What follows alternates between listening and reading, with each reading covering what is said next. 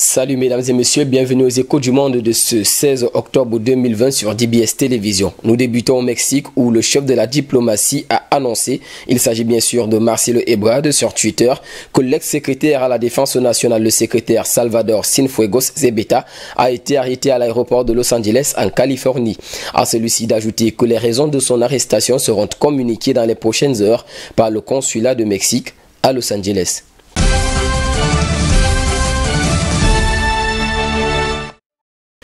Et puis au Pékin, par la voix d'un haut diplomate chinois, le Canada a reçu ce jeudi 15 octobre 2020 une mise en garde au sujet de l'accueil des manifestants hongkongais pro-démocratie sur son sol. Au diplomate de poursuivre en expliquant qu'il pourrait y avoir des conséquences pour la santé et la sécurité des Canadiens vivant dans ce territoire chinois, théoriquement autonome.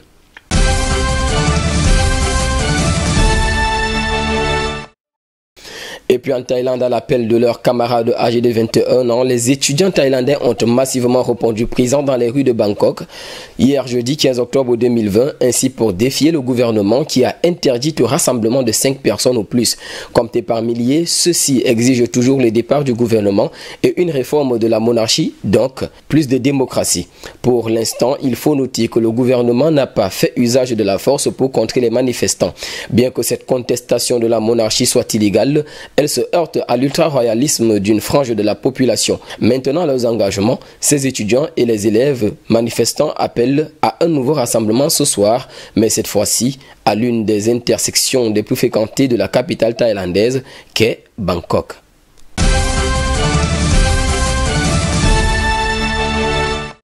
Et puis au Yémen, le processus d'échange des prisonniers entre les rebelles Houthis et le gouvernement au Yémen a effectivement débuté. Ceci se justifie par le décollage d'un premier avion parti de l'aéroport de Sanaa, ainsi transportant un groupe de soldats yéménistes libérés. Selon le Comité international de la Croix-Rouge, il s'agit d'environ 1000 hommes. Toujours selon le CICR, cet échange de prisonniers est le plus vaste des négociations de paix depuis le début du conflit en 2018, notamment en décembre. En effet, il y a de cela un mois que la coalition militaire dirigée par l'Arabie Saoudite et les rebelles chiites Houthis du Yémen ont trouvé un accord en Suisse. Un accord visant à procéder à l'échange de 1081 prisonniers, dont 15 Saoudiens. Ces soldats sont arrivés sur une base aérienne de Riyad, a indiqué la télévision d'État saoudienne Al-Ekbariya, citant la coalition militaire qui intervient au Yémen. Les rebelles Houthis avaient auparavant indiqué que l'avion devait atterrir à Abha, dans le sud de l'Arabie Saoudite.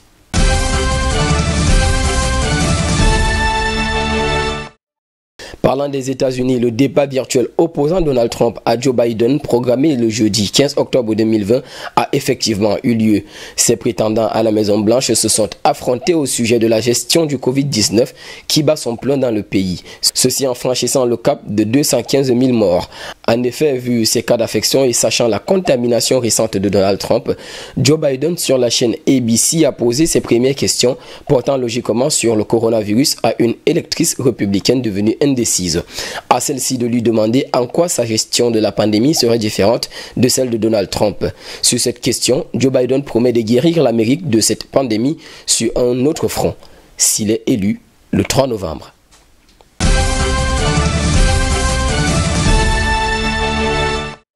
Dans le Haut-Karabakh, l'accord de paix signé entre l'Azerbaïdjan et l'Arménie au sujet du Haut-Karabakh, au risque de me répéter, peine à être respecté. En effet, de nombreux blessés et de nombreuses victimes sont à déplorer. Pour preuve, au moins 10 personnes ont été tuées et des blessés ont été signalés lors de la récente attaque d'un bâtiment dans la ville de Ganja, en Azerbaïdjan. Une attaque orchestrée à l'aide d'une missile vraisemblablement tirée depuis la République autoproclamée du Haut-Karabakh.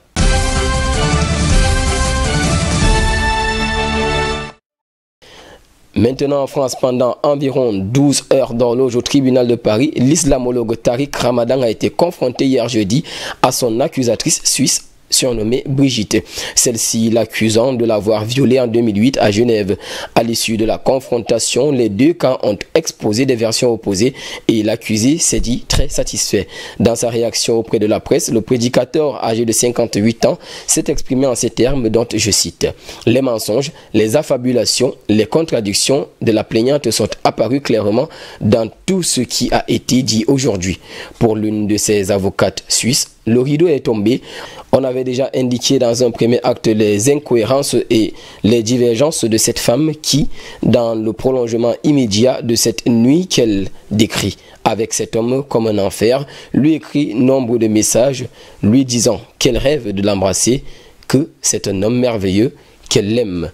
C'est sur ces points de justice que nous mettons fin, mesdames et messieurs, à cette autre édition des Échos du Monde sur DBS Télévision en compagnie de nos programmes. Prenez soin de vous et bonne suite et fin de soirée.